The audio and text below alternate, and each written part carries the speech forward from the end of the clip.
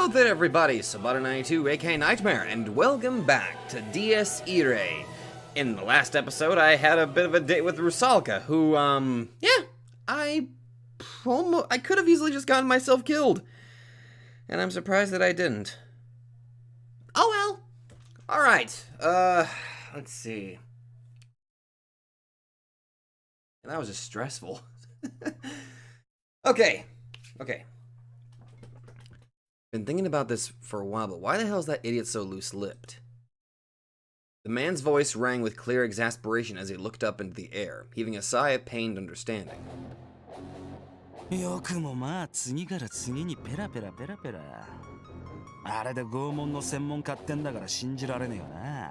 Oh, it's Wilhelm!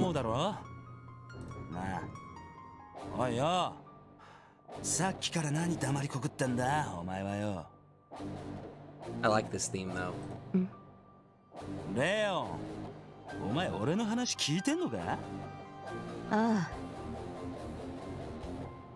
The girl too sounded irritated and sullen, as if indicating she hated breaking her silence. She leaned against a leafless tree located in an abandoned corner of the school grounds, shooting sarcasm right back at the man standing behind it.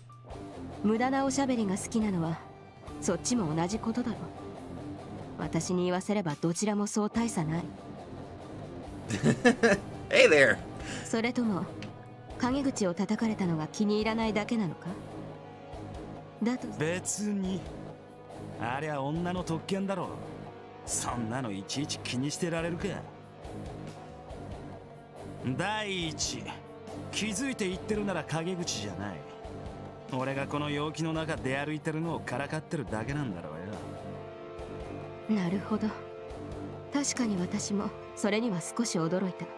What, can you not normally come out in the sun or something? What are you, a vampire?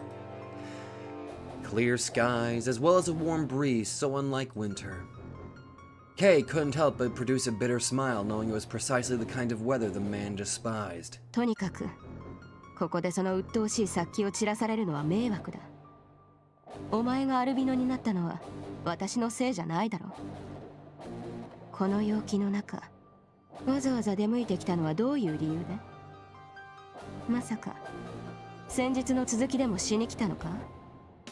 You know, with the way that this relationship is kind of portrayed, I would not be surprised if some sort of, infighting started occurring.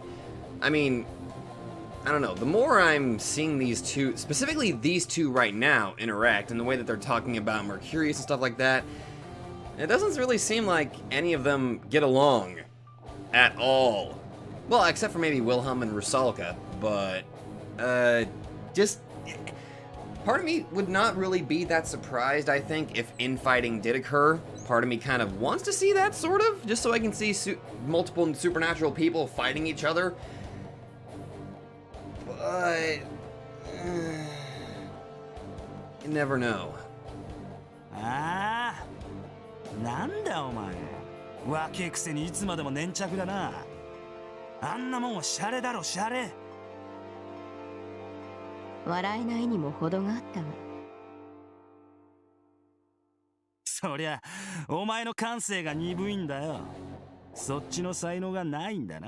Come on, think about me. I just want to kill people and torture them. Gotta think about my feelings, man.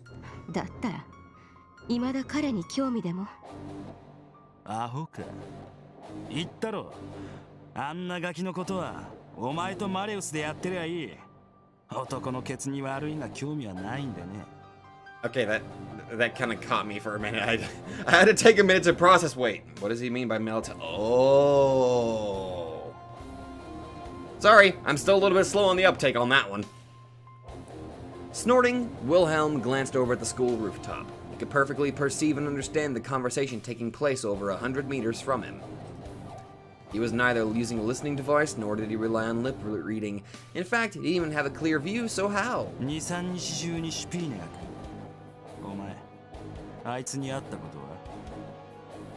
5年ほど前に一度だけ。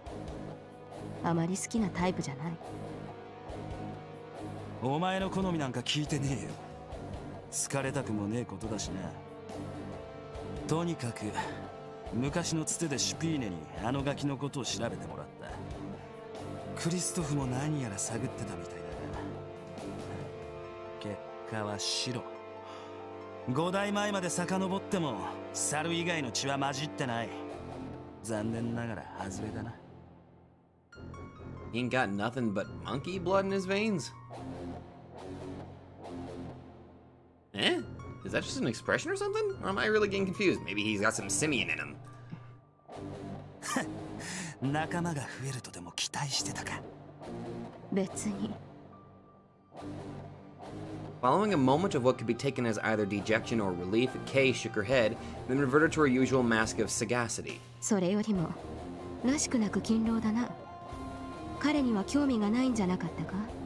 I already told you, bitch, I don't swing that way. Why do you keep insinuating? Oh, wait, I just got what you meant. 結果的に興味がなくなったって話だよ。あのガキは増年金との枝じゃない。つまりメルクリウスに関係してる確率はえらく低い。That kid ain't no Sonin kind. I need to get like a freaking notebook and just write all this stuff down. が必ずしもゼロというわけじゃないだろう。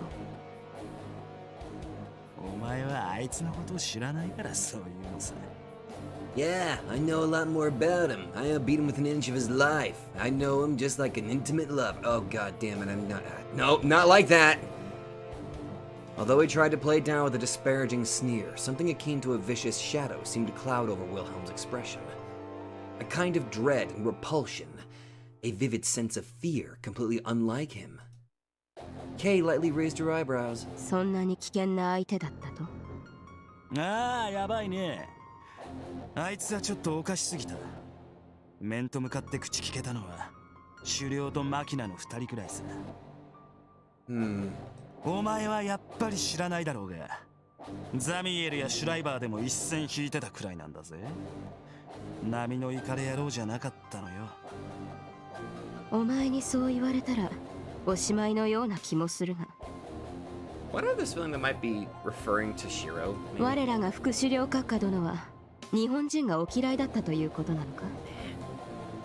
いや、強いて言うなら I hate everyone equally. Basically. みんな？あいつは全世界を舐め腐ってた。まあ、そこらは狩猟も同類だったし、だからこそ馬があったんだろうがよ。唯一の救いは自国民にはそこそこ寛容だったってことくらいか。横のつながりで猿にも甘い方だったが、あのホロコースト野郎がレーベンスボルンの落とし子以外に手つけるとも思えねThat holocausting bastard. え。つまりメルクリウスが選ぶなら俺たちと何らかの関わりがあるやつだ。それ以外はあいつにとっちゃみんなクソだよ。価値もねえ。何黙ってやがる。文句があるのか？いや。Though she shook her head curtly, Kay did have certain doubts. Even if Mercurius matched Wilhelm's description of him, wouldn't that have only made him more likely to be less picky? Though he claimed Mercurius was tolerant of his companions, Wilhelm was clearly avoiding him. Could they really have been so certain that someone like that considered them all special? Probably not. If he looked down on everyone, then it made no difference who he picked. Either Wilhelm and the rest of the old guard couldn't consider that, or they didn't wish to. At any rate, she would simply have to wait and see for now. Kay exhaled a brief sigh. そちらの言いたいことは理解した。一応頭に入れておく。ただ、生異物の使い手なら間違いなく近くにいるな。この一帯人口密度と魂の数が合わないし、ひどく曖昧だから断定はできないが。That's another thing. Because I'm having so much trouble pronouncing some of these things, think of Ananerbe as, I think one of you guys said a relic, and Iwakite as sorcery. Or I'm getting those two mixed up. So basically, I just have to think of those words as a relic and sorcery. So a relic wielder, maybe? Or a sorcery wielder. あのガキか。Either one, I think, works. 五分五分。いや、六分四分は。彼はそういうタイプだと思うから。まあ実際極物に好かれそうな感じだわな。それにお前気づいたか？ Wilhelm gestured to the rooftop with a smirk. あのガキ多分な。そう。 The rest of his sentence melted into the rustle of the wind, reaching only Kay's ears. Whatever he might have said, it made the girl's expression harden. 大方マレウスも同じように思ったぜ。あれはそういうやつが好きだからな。それでお前はどうなんだ？親近感とか湧いたりするか？興味がない。 Her tone implied she had already forgone. One could say she was being more indifferent than necessary. ただそうなると7部3部まで上げるべきかもしれないな。でも所詮ただのコッパだろうが。メルクリウスの術のせいで釣られて湧いただけだろうぜ。だがお前たちは当初あれが当たりだと踏んだんだろ。そうだが外れだったもんはしょうがない。黒煙卓に補欠席なんかないからな。A conclusion with no room for argument. It didn't seem like Wilhelm was trying to distort her theory. That said, she couldn't agree with his stance of denying everything on the sole account that Ren Fuji was a pure-blooded Japanese. She was fed up with this difficult-to-understand elitism and racism. Oh, that's... Oh. Okay, so this guy's a racist. But that was how he had always been. She didn't have to take him up on every little thing. そのあたりは別の誰か、もう少し話のわかる相手に相談する。正体不明の生物とその使い手をこの時期放置しておくのもまずいから。とにかく今はそれも含めて慎重に行くべきだ。マスター不在でゲームを始めても仕方ないし、せいぜい自重するんだな。おい、そりゃ嫌味のつもりか？ It's a decent attempt. Could be better. どうと Polished でも up. 取ればいい。ただ However, there was one thing she wanted to make clear. With that in mind, Kay went on. 狩猟はハイドリヒ教は本当に戻ってくるのか？それが保証できない限りは。ああ、俺やお前や他の全員が狂い損だな。まあ、あの人ならそういう冗談もやりかねんが、気にすんなよ。Lord Hydric. 無理を言う。そうなればお前も私もただの道化になるだけだ。それでもいいと。なるほど、道化か。そりゃそうだ。ベイ、お前はいつまでふざけている？まあ待てよ、落ち着きな。 Wilhelm lowered his tone, attempting to pacify the girl as he sounded a stifled chuckle. He was acting completely different from how he had been up until now. これもやっぱりお前はあの人のことを分かってねえよ。生まれる前だから仕方ないが、発言には気をつけた方がいい。狩猟は戻ってくると。前にも言ったが、四半世紀も生きてないちんけな猿の人生観であの人を測ろうなんて思うな、レオン。あれは悪魔だ。他にふさわしい言葉を俺は知らない。さしずめ愛すべからざる光の金。おお、時よ止まれ。汝はかくも美しい。In contrast to the puzzled Kay, Wilhelm's suppressed laugh continued without end, soon warped by madness. メフィストフェレス、狩猟の称号は知っている。ならファウストは？この町さ。契約はあの時にベルリンで狩猟とメルクリウスが交わしてる。証拠に見ろよ、この町を。これは俺たちのおかげなんだぜ。 In Berlin? あとは悪魔が出やすいように地獄を作ってやればいいのさ。こんな風にか？ Kay gave the trunk she'd been leaning against a light punch. Perhaps it was an optical illusion, but right before she did, the bark looked like it was wriggling like entrails. お前が何に興奮するのも勝手だが、自重しろと言ったのを忘れないでほしいな。注意だ。ここは私とマレウスの領域だ。犯すならそれなりの覚悟をしてもらうぞ。ツンケンすんなよ。俺はお前がここをスワスチカの一つにできるとは思えないんでね。Create a swastika in this place.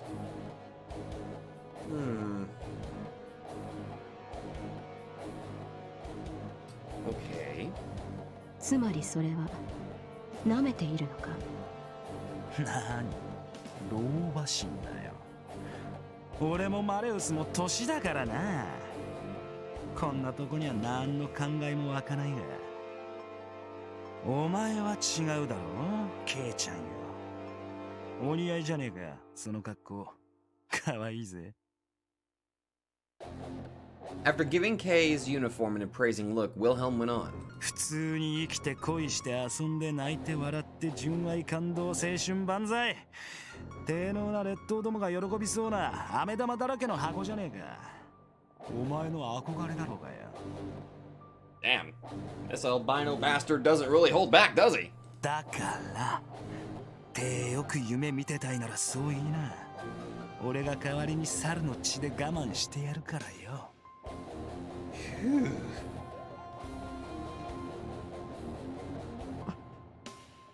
ほら、ああ、弁当は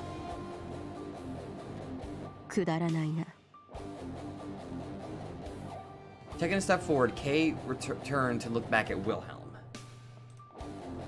私をからかうにしろ。言葉を選べ。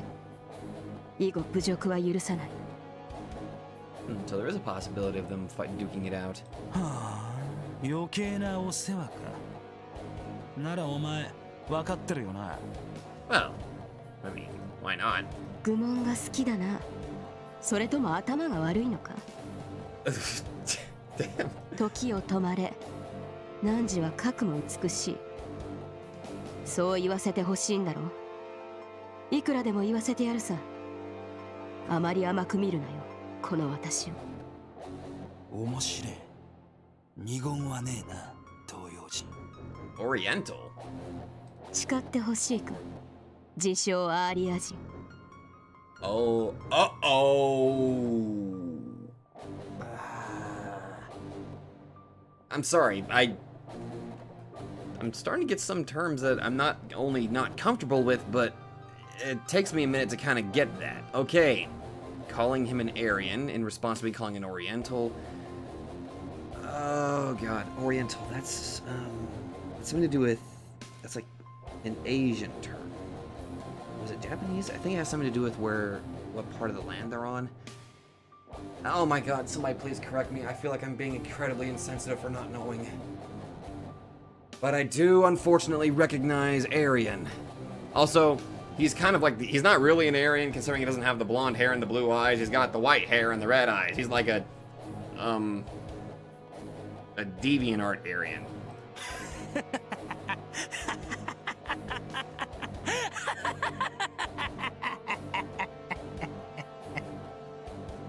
Wilhelm made no answer, instead letting out a laugh filled with malice. Though it shouldn't have been particularly loud, all birds in the vicinity scrambled off into the distance, away from the trees. そうかいそうかい。こいつはいいぜ。せいぜいマレウスに先越されんなよ。Using a brief moment when the sunlight was hidden in a rift in the clouds as his cue, Wilhelm took off. As his presence gradually vanished, Kay muttered a brief phrase to herself. 尺に触る。 I can kind of agree with you on that. After all, it had been known since ancient times that men with overly loose tongues were good for nothing.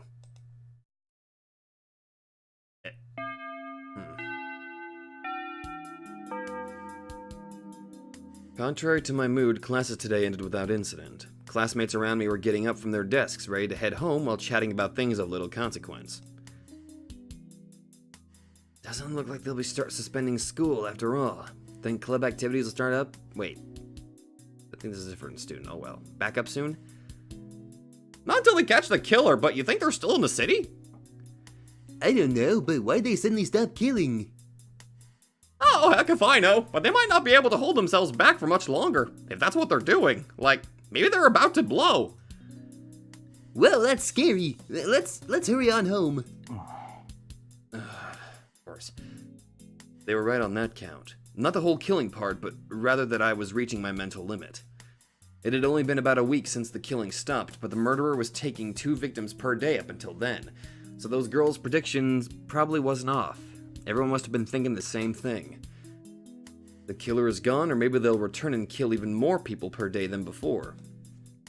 Unfortunately, I knew very well that the former was unlikely.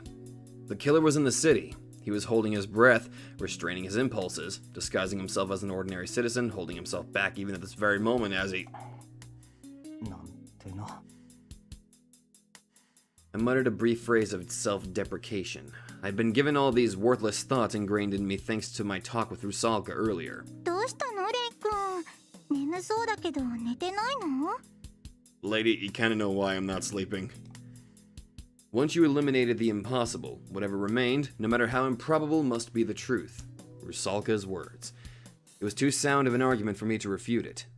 However, it would have been too much of a problem to simply admit it was correct. First of all, I simply didn't want to readily agree to what she had told me. ねえなんで睨むのよ I'm specifically glaring at that chalkboard. It's missing various drawings that I must doodle it upon. What? うるさいな。早く帰れよ。目障りだ。うわひっとなんかご機嫌斜めだね私邪魔かな邪魔だ。From an outsider's perspective, it might have looked like I was bullying her, but I'd never been one to care about appearances to begin with. 一緒に帰りたいとか思ってるんだけどダメダメだな。お前らが帰った後に俺も帰る。I wouldn't be able to remain calm otherwise. I sent her a glare that conveyed that very sentiment, but Rusalka responded with a laugh like it didn't concern her. I couldn't believe this girl. それくらいにしときなさい。しつこい女は嫌われるわよ。Oh, goody! I'm in a room with 2 people who could kill me! Just fantastic! Just then, rescue arrived from an unexpected source as Sakurai took control of the grumbling Rusalka. だいたいあなたは昼間誘われたでしょ。それで満足しなさいよ。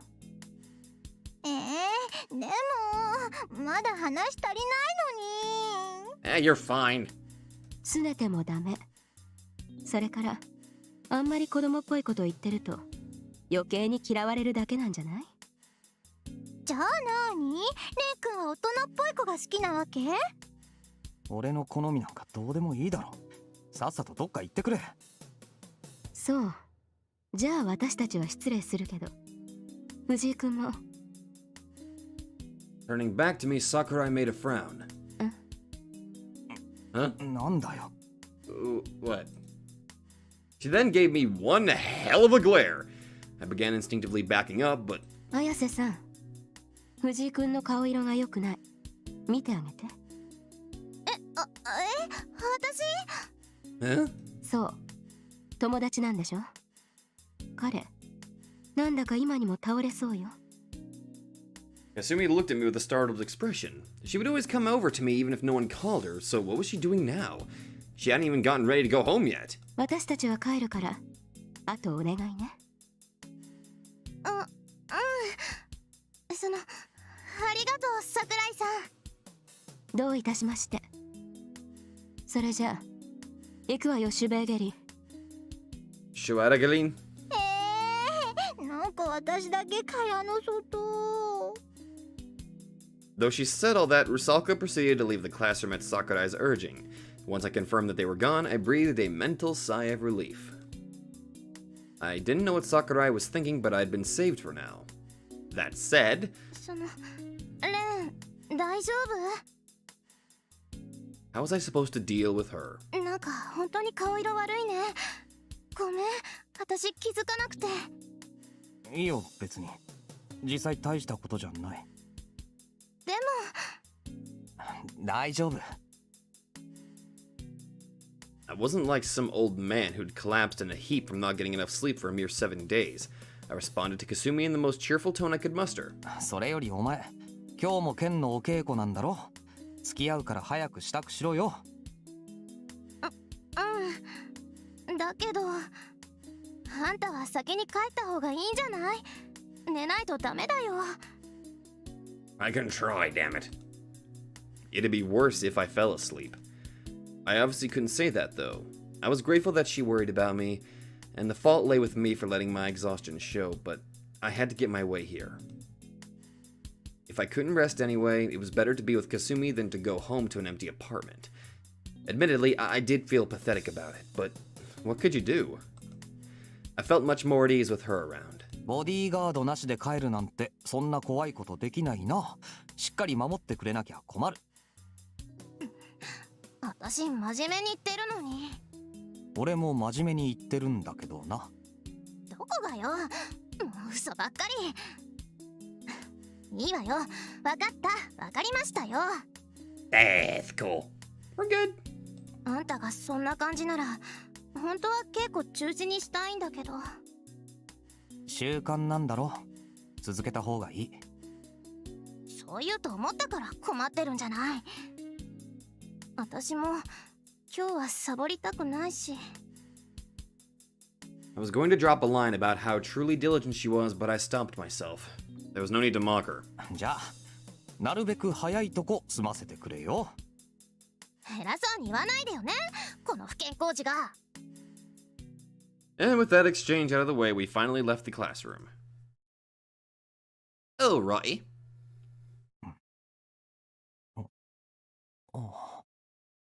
I watched over Kasumi's practice session as I'd always had. But today, she was putting in more spirit than usual, exuding a somewhat blood-curdling aura.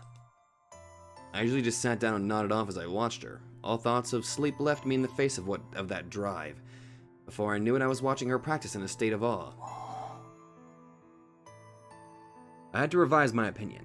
She truly was serious about this. I found it impressive enough that she trained herself every day without a break, but there was also that earnestness of hers. I honestly could have never done that. I wasn't particularly fickle with things, but for the longest time now I'd had this habit of never putting any real effort into anything I did, and now it was too late for me to find something I could genuinely be serious about. When you did everything in such a wishy-washy, half-assed way, even the flow of time would want to take a break and slow down. Or so I thought. That prolonged day-to-day life was initially shattered by Shiro, and now by those freaks. This was pointless. Thinking about all that now wouldn't change a thing. I slammed my head into the wall as I sat cross-legged in a corner of the dojo, making sure I was quiet enough not to disrupt practice.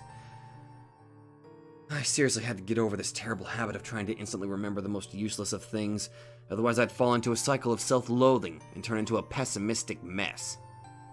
If I could just neatly and nicely chuck all of my pain and worries out the window, that'd be nice and all. But I knew full well that I couldn't do that, which was why I kept worrying and suffering. I wondered if Kasumi had to deal with things like that too. Despite her short temper, simplicity, liveliness, and questionable femininity, I knew she had an apparently delicate side to her. Or at least I tried to keep it in mind. I mean, we'd known each other a long time and everything. So perhaps all this practicing was a coping mechanism for that, like a ceremony she conducted to quell her raging heart. I took in Kasumi's breathing. She breathed in and then out, inhaling another deep breath. The sheer ferocity of her strike was clear and evident to even a complete amateur like myself, causing me to tense up all over. Not bad, Kasumi. That was cool. I would normally make a quip like that, but Kasumi looked extremely serious as she had readjusted for another strike. I'd probably be risking my life by teasing her at a moment like this. Oh yeah, probably. Seemed like she was gonna keep on going, but I found myself getting a little doubtful as I took note of how strained her face looked. こいついくらなんでもマジすぎないか。 No point in training if one was just gonna slack off. That much I agreed with. Taking it seriously was fine and all, but this felt entirely too violent. That technique she just pulled off was indeed amazing. So good that if it was a picture, you'd want to frame it and hang it up on the wall, but with the title, Killing Blow. In other words, to use a cliched expression, she was frenzied. She was swinging her bamboo sword with the intent of killing her imaginary opponent. At least, it looked that way to me. かすみおい You okay? Kasumi made no answer. I couldn't tell if she was ignoring me or if she was just too absorbed in her practice. I didn't get it. It was Kasumi herself who once told me that a blade could not only kill a foe, it could also save a life. She explained that Kendo's history of teaching techniques to murder people ended with the westernization movement at the Meiji era. From then on, Kendo was taught not about how to kill, but to how to keep others alive. Wasn't Kasumi the ace disciple who, while smiling ear to ear, told me all about how a sword was meant for protecting others? Hell, hearing it even made me embarrassed, so what in the world was she doing now? For a moment, I could have sworn I spotted Kasumi's lips sliding into a sinister grin. My heart suddenly sprang up for no reason. Kasumi. A single swing from Kasumi shattered the training dummy to splinters. Oh! Ooh! I couldn't believe my eyes. She'd blown a mounted and armored training dummy from its pedestal clear to the other end of the dojo. There was no technique or skill to the act. It was a blow encompassing all her might, as well as a strike otherwise impossible to pull off with her strength. Okay, holy shit, what the hell was that? Oi! I hurried over to Kasumi. お前、いきなり何やってんだよ I grabbed her by her shoulders, giving them a quick shake. She made no answer, and was clearly spacing out, but after a few moments, light finally returned to her eyes. レン You okay? 何よいきなり Did you not just see what you just did? 何よって、お前。 That strike of hers bent the bamboo sword right near the middle. Not even an adult male could have pulled that off. どうしたのよ変な顔して私が何か Judging from her reaction, she did not seem to be aware of her own actions. Though I hesitated over whether or not to tell her, I couldn't exactly hide from her either. Kasumi found herself at a loss for words as she raised the bent bamboo sword in her hand up to her eyes. 私これ私が I didn't answer. とりあえず手離せ。こんなの握ってると怪我する。それから片付けは俺がしとくから着替えてこいよ。帰ろうぜ。でも Listen, girl, you suddenly just did something that no other person could do. We need to get you home so we can talk about this, or you could rest. かすみ。 I knew it was kind of unlike me, but I gently gave Kasumi's hair a light ruffle. 俺、腹減ってんだよ。早く帰って何か食わないと死ぬ。な。After I pried her fingers off the handle of her bamboo sword, Kasumi gave me a feeble nod and hurried off into the changing room. Okay, I was confused. What was that? まあ、女にはそういう日もあるみたいだし。Oh yeah, it could possibly be that time of the month where they are suddenly consumed by the everlasting bloodlust and power of a demon. It's a shame guys can't do that. Ultimately, that stupid remark did nothing to clear the oppressive atmosphere within the dojo. お疲れ。I wordlessly took Kasumi's bag after treating her to a soda. 何すんのよ荷物持ち。やってやるから、いつまでもしょぼくれるなよ。気持ち悪い。ありがとうでもいいよ体調良くないんでしょ You literally just decimated a dummy. I'm pretty sure you're the one that's not feeling well at the moment. 今のお前よりかマシだ。私は別にそんなわけじゃ。だったらちゃんとしろよ。ほら。I then gave her a slap on the butt with her bag, to basically no reaction. She definitely wasn't in the right mind. 帰ろうぜ。And without further conversation, we headed on home. Kasumi remained unusually quiet. She responded when prompted, but I couldn't tell if she was listening or not, as she only gave half-hearted replies. Man, I couldn't quite get on her students like her. To think she would get this upset over breaking only one piece of school equipment. I figured it was best to just conveniently forget the extraordinary circumstances of that dummy's destruction. Regardless of how it happened, this was ultimately not a big deal. The question was, How can I get that across to her? なあ、去年プールの女子シャワー室がぶっ壊れたの覚えてる？え？何よいきなり。だから女子シャワー室水が出なくなったことあったよな。あったような気がするけど。あれ俺のせい。は？ Huh? 正確にはシローのせいっていうか、とにかく原因はあいつなんだけど、やったのは俺。我ながらうまく隠蔽したんだけどバレちゃったな。内緒にしとけよ。 That was a two-person job. つまり何が言いたいのよ。お前右の胸にほくろあるよな。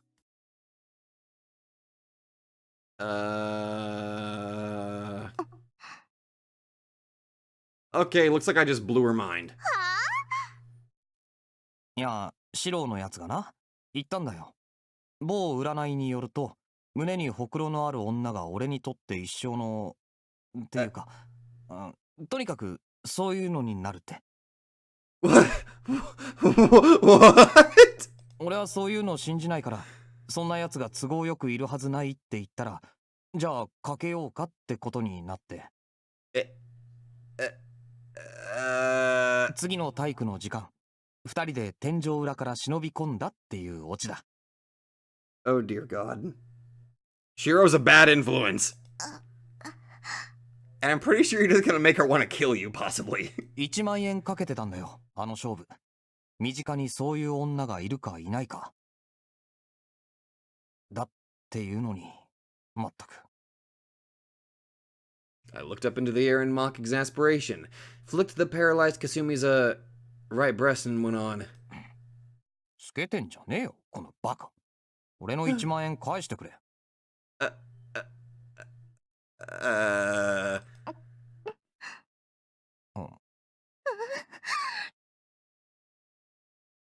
You might want to run.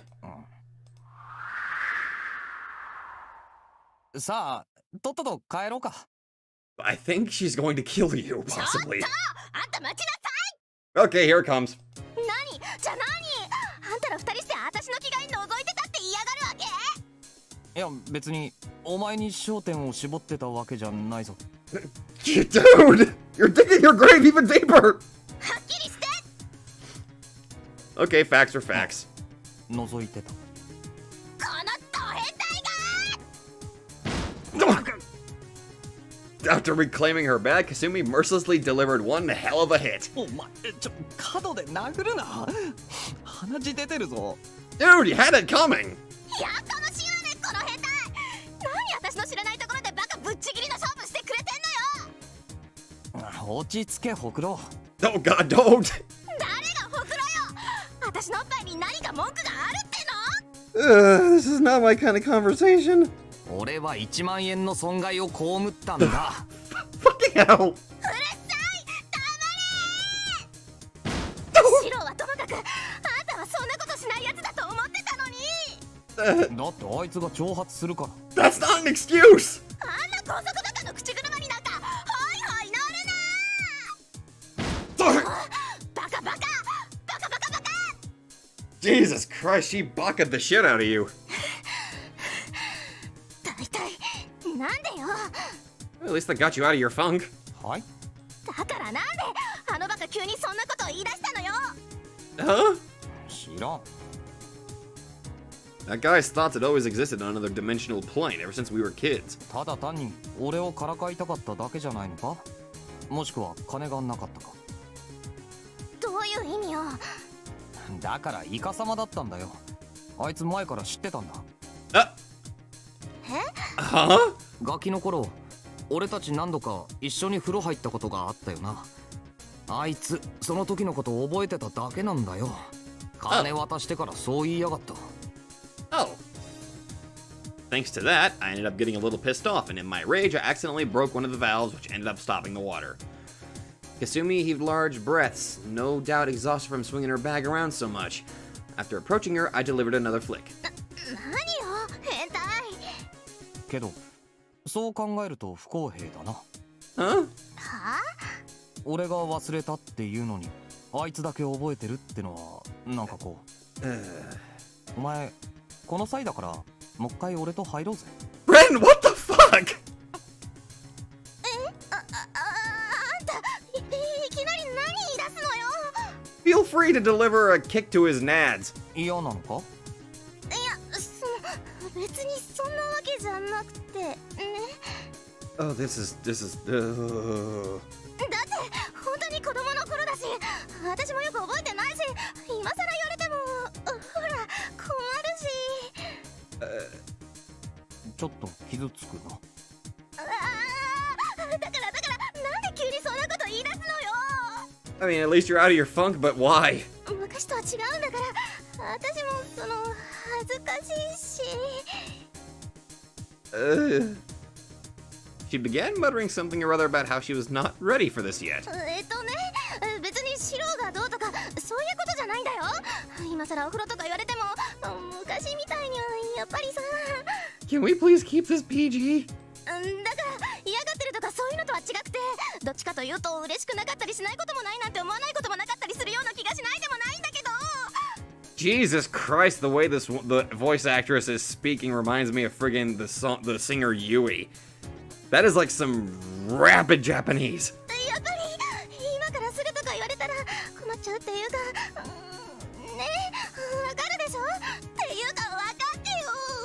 What the fuck? レオ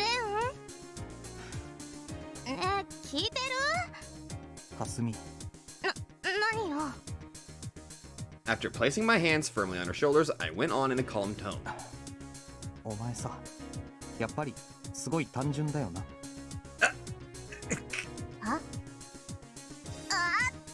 てあんた。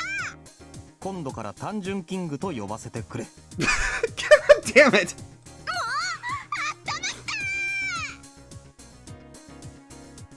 Well, at least she was back to being her cheerful self for now. But you went about it the weirdest way possible, dude. Dear God.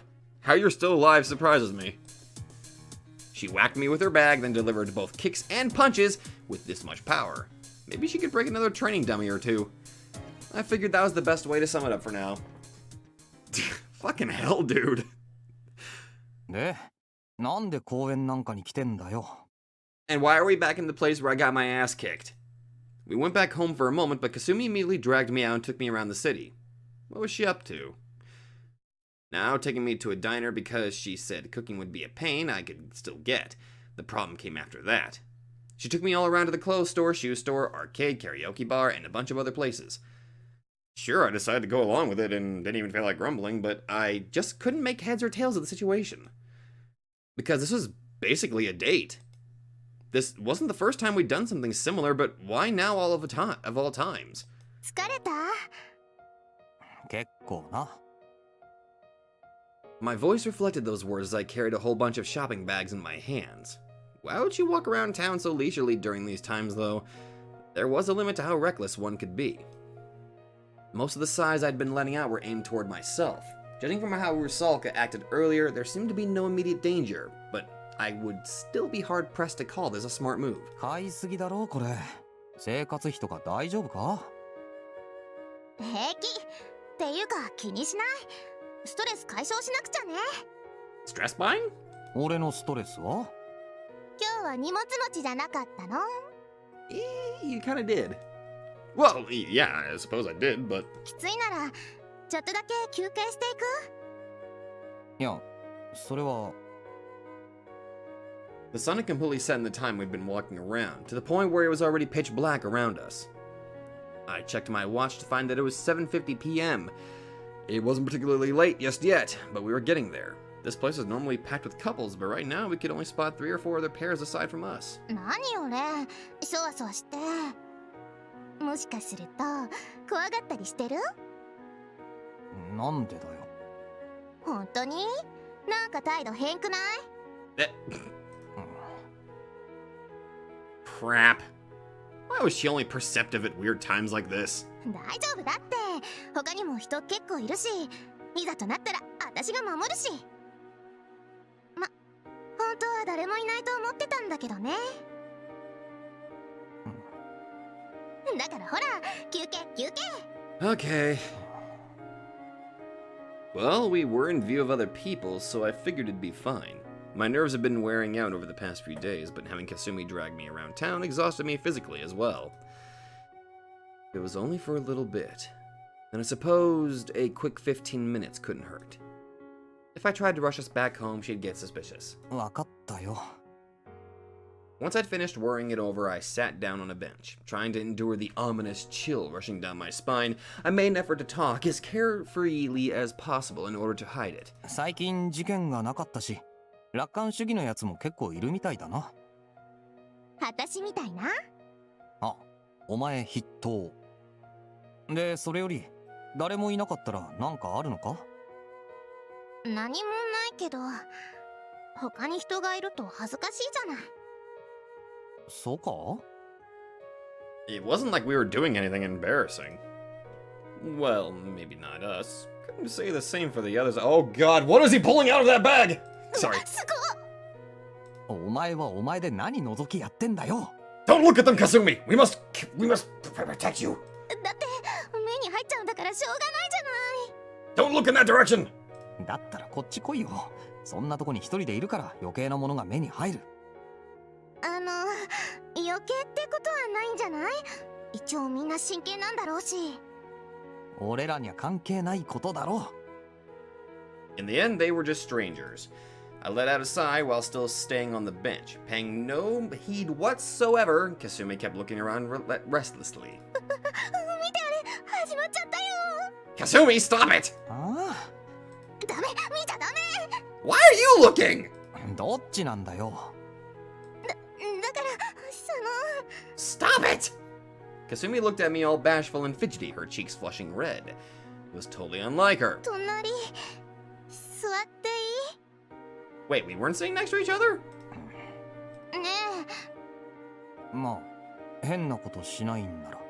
え、何を変なことって。失礼ね。 Dude, you flicked her boob. The weirdest thing that she could probably... Oh, not even going there. She has pretty much every right to bonk you on side of the head, you know. そういうことだよ。 That or break your wrists, and your arms, and your shoulders, and then your legs. Hell, she might just go all misery on your ass. She began swinging her bag and shouting, "Good job, King Simple-Minded." こっぱずかしいんならさっさと座れよ。その代わり、暴力禁止な。あんたが余計なこと言わない限りしないわよ。じゃあ黙っとく。いいや、それもダメ。 Ugh, damn it. Kasumi smiled widely and sat down next to me. さっきはごめんね、いろいろと。あ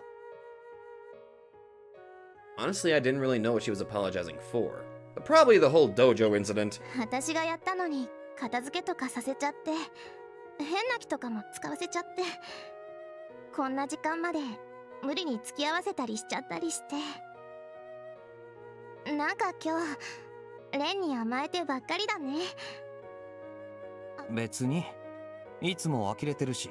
It says default emotion.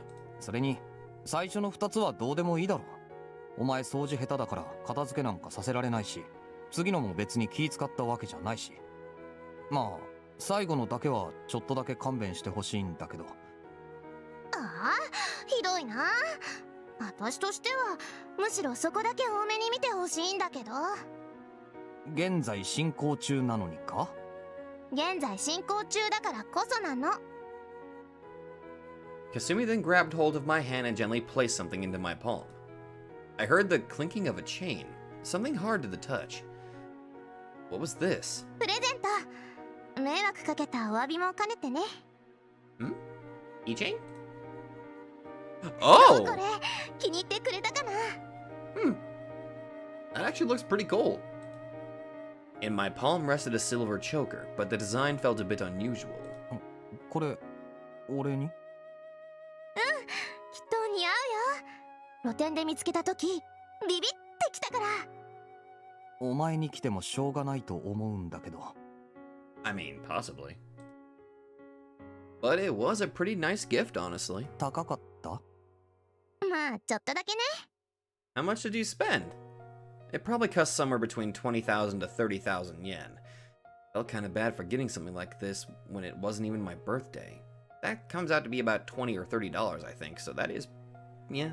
早めのクリスマスプレゼントだとでも思ってよ。気にしちゃうんならお返しくれればいいから。わかった。Come to think of it, Sister Lisa said that Himuro's birthday was on Christmas. That was still another 2 weeks off. But we'd have to buy her a gift together beforehand. I was broke, though. とりあえず、ありがとな。なるべくつけるようにする。今つけなさいよ。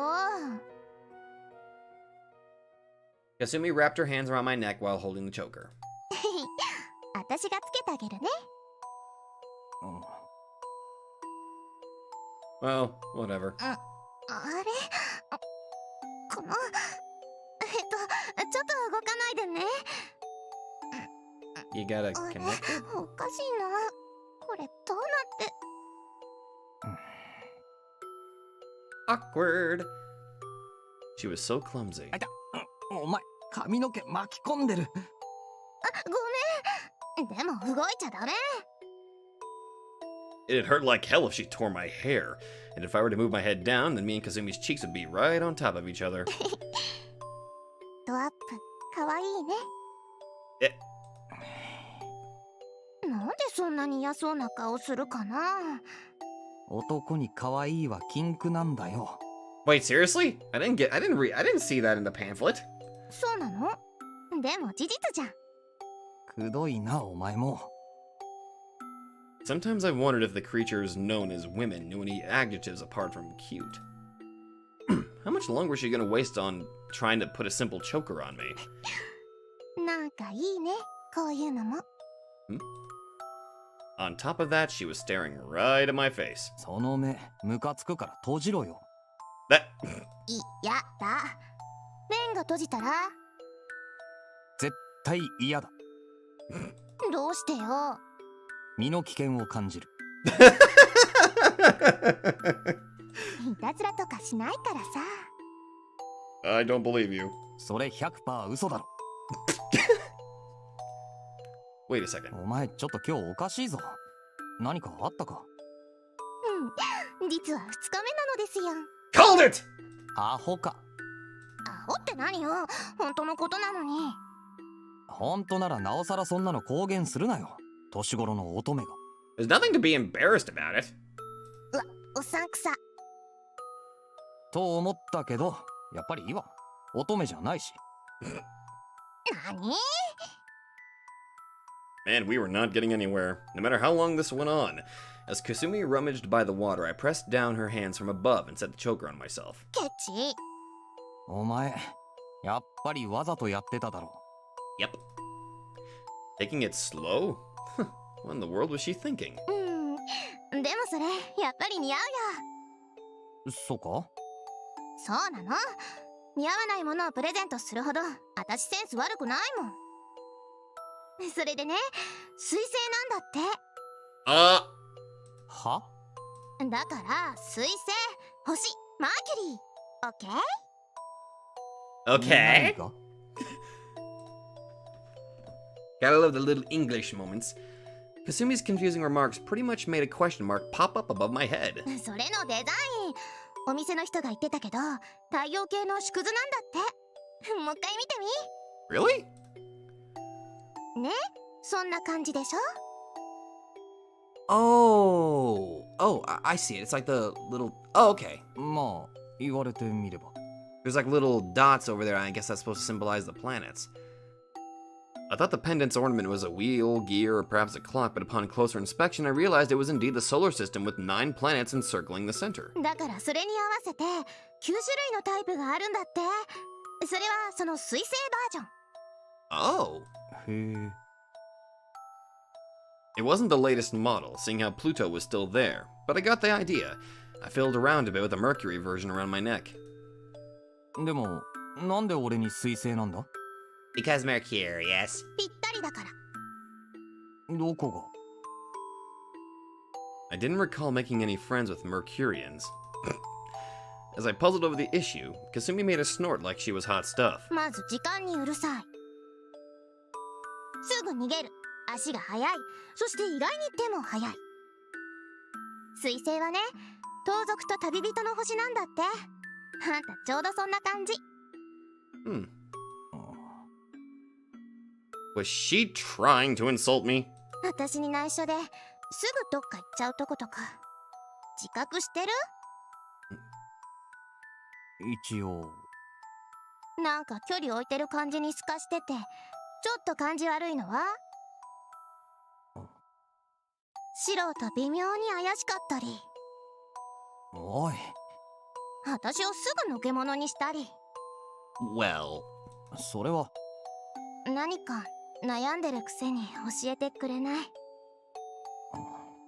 ちょっとだけ悔しいよ。かすみ。what had gone into her all of a sudden? How much did she... ねえレン、私はあんたの味方だよ。辛い時は頼ってほしいな。剣道強いんだぜ、私って。 You destroyed a freaking dummy with a kendo sword. Of course you're pretty good. 知ってるよ。Regardless, there was no way she could match them. And not just her. No one.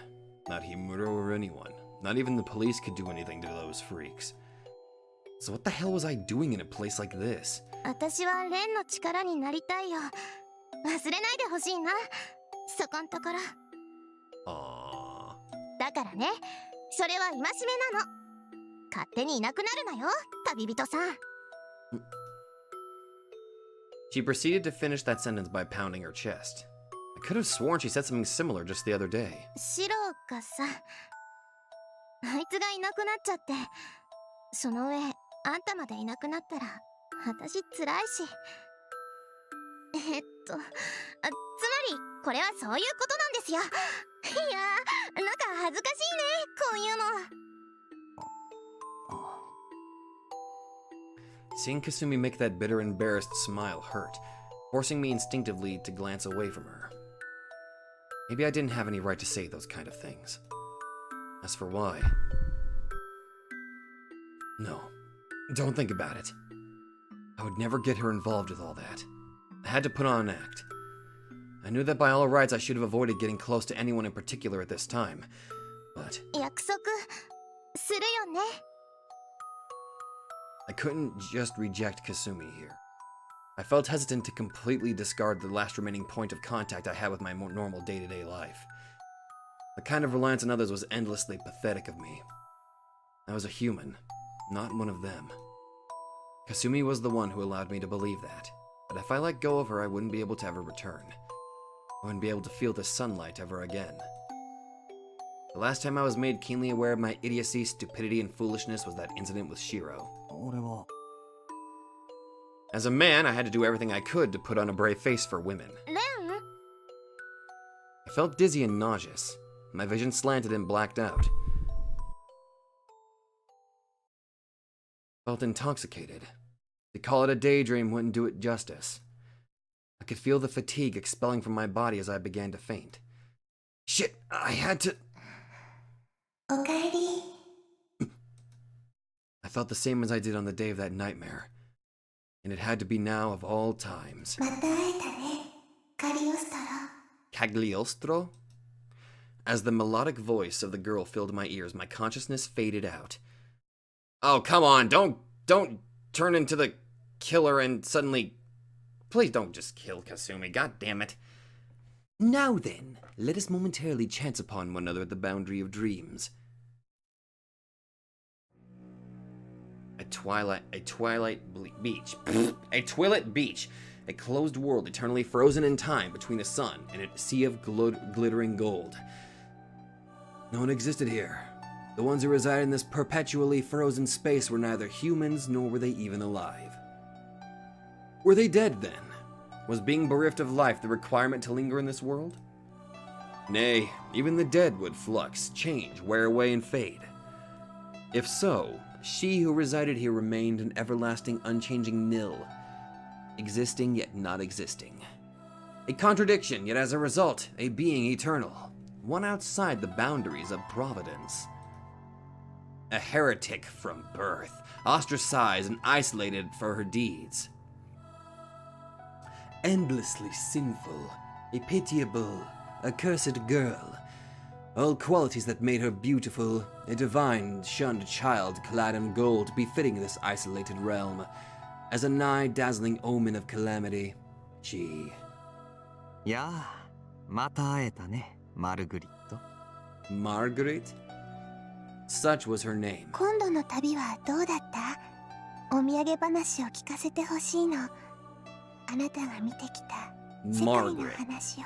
Margaret, basically. 今でもあなたは旅を続けているんでしょ？ああ、そして君は今でも歌っているのだね。The being who addressed the blonde-haired girl was Enigma incarnate, like a shadow graph riddled with holes, if one had to present a suitable parallel. The tattered cloak he wore made him resemble a messenger from the netherworld itself. His features denied distinction between man and woman. In actuality, this being had no face to begin with. He held no purpose, no individuality, one who merely crowned himself with one of countless designations to be used as a name, yet lacked one that permanently defined him. 寂しくはなかったかい？ずいぶん一人にさせてしまった。私を恨んでいるだろう。Wait, is that Mercurius? ううん。ただ怖かった。もうまた会えるって、また会おうってあなたは言ってくれたことがないのよ。知ってる？そうだったかね。それはすまない。私は流浪の癖がついてしまって、その手の習慣を遠くに忘れてきたのだろうな。許してほしい。それで謝罪の後に頼み事をするというのもいささか恥知らずな話なんだが。歌でしょ？ああ、よければここで聞かせてくれないか。私もまた君のために些細な遊びを用意した。陳腐だがそれなりに手間と時間をかけたのだよ。以前王妃様にお見せしたパリのオペラにも劣らないほど。 Wait, what? You met the queen? Que mange de la brioche, the girl's companion declared in a celebratory tone. あの時彼女がそう言ってくれたように歌劇の始まりを君に飾ってほしいんだ。 Wait, Qui mangin de la brioche. gee, I don't know. I have no idea. I can't speak other languages. カリオストロ、何を言っているのかわからないよ。私は王妃なんかじゃないって。 Oh, Cagliostro. Oops. 無論君はあれよりも上等だよ。長年にわたるさすらいを振り返っても未だ君を超える美は知らない。私は誰にもそんなことを言われないのに。しかり、それゆえにだよ。誰も彼もが君を恐れ、憎み、直視をためらい、忌避を選ぶ。なぜか。それは君の美しさに絶望し、己の矮小さを認めたくないがためだよ。人は理解不能なものを悪と呼び、恐怖するようにできている。くだらん。実にくだらんね。そんな保身や虚栄を大義に、一体どれだけの輝きが失われてきたと思うかね。それは私が最も嫌う行いなのだよ。聞いてほしい、マルグリット。忌まわしき罰当たり後、神の呪いを受けし君。私はその美を信仰している。ぜひ、我がオペラの主賓となっていただきたい。見返りとして、君の呪縛を私が立って差し上げよう。以前の旅でとある友人ができたのだ。とても強く恐ろしく地獄の塊のような男だが、彼もまたある意味で美しい。その力を貸してもらう約束を私はすでに取り付けているのだから。いい？それは怖い人なの？ああ、怖い。とてもとても誰よりもね。私が今まで会った中でもあれほど凄まじいのは見たことがないほどだよ。まるで愛すべからざる光の君。我が生涯唯一の盟友だ。遠からず彼はゲットーを抜けるだろう。ならばこそ君の呪いも解けるはずだ。聞かせてくれ、マルグリット。君はこのまま永遠にここで歌い続けたいのか？わからない。でもここを出て何があるの？ Oh, plenty of stuff. それは私が答えるべきことではないよ。旅に出たいのか出たくないのか、知りたいのか知りたくないのか。もっとも君が望むなら私はあの太陽すら落としてみせるつもりなのだが。最近あなた以外の人がここに来るの。あれは誰？その人がやってくるとね、少し気持ちが良くなるの。なんでだろう。 Oh, is that referring to Ren? 首をはねられても死なぬからではないのかな。私といえども君に触れては無事に済まぬよ、マルグリット。だが彼は違うのだろう。君のつがい、あれを作り上げるのには苦労した。意中の女性へ捧げる贈り物としてなかなかいい出来であると自負しているがね。Other half. あの首飾り、身につけてみたいとは思わんかね。とても似合うと思うのだが。答えを急ぎすぎたかな。では質問を変えよう。君はあれにまた会いたいと思っているかね。会って話したいとわずかながらでも思うかね。わからない。でも気にはなると。よろしい、承諾したよ、マルグリット。ならば歌を歌いたまえ。甘く切なく思い人を求める歌を。記念すべき第一幕は悲恋の物語にしようじゃないか。私、歌は一つしか知らないのよ。それでもいいの？ I kind of want to get a good look here. I wonder if I click this. Okay, I can get a good. Oh, there is a slight face over there. Okay, okay. I was just wondering if I could actually like. Oh, I did not know I could actually do this. I can actually see the backgrounds here. Okay, that has got to be Mercurius. 構わない。むしろそうでなくては意味がない。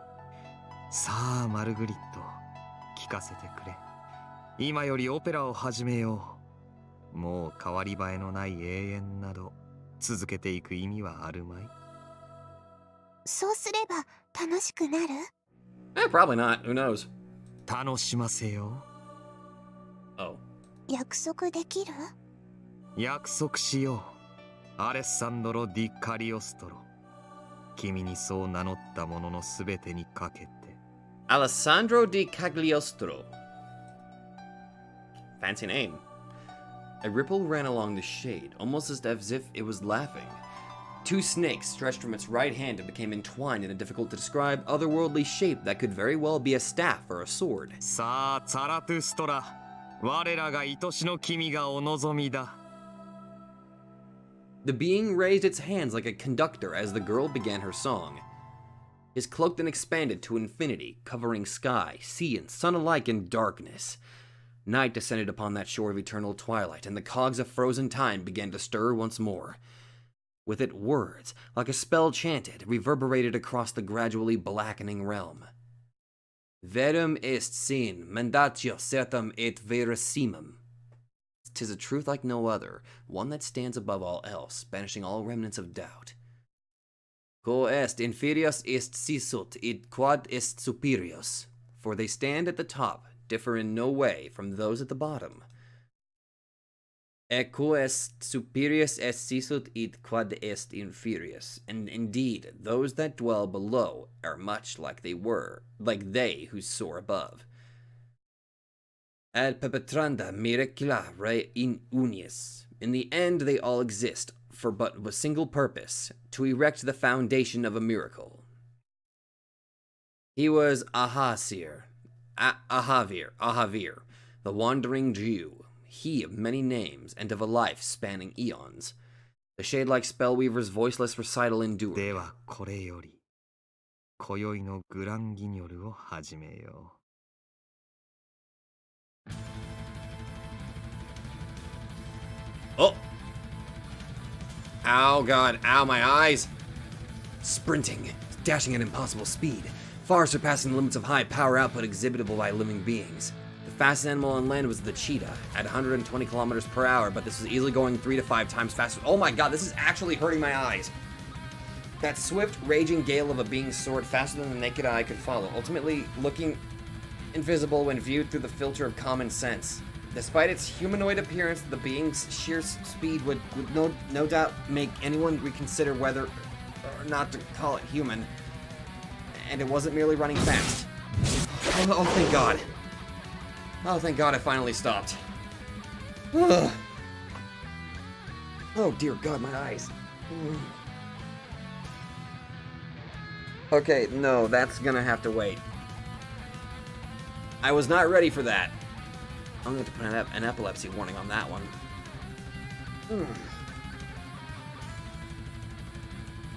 Okay. Okay, other than no warning, okay, thank you for that.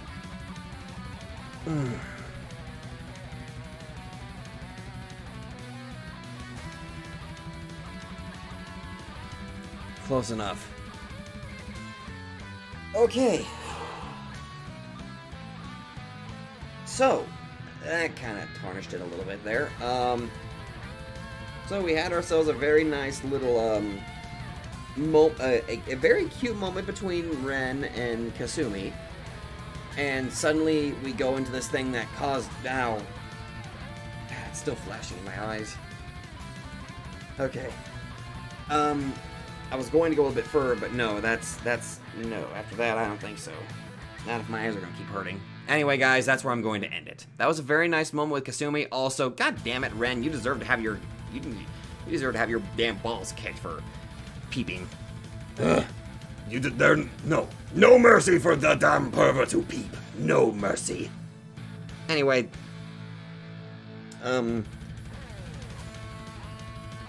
music's great. Anyway, still marginally confused, so there's that. Thank you all so much for watching. Sorry, my, yeah. Thank you so much. I'll see you guys in the next video.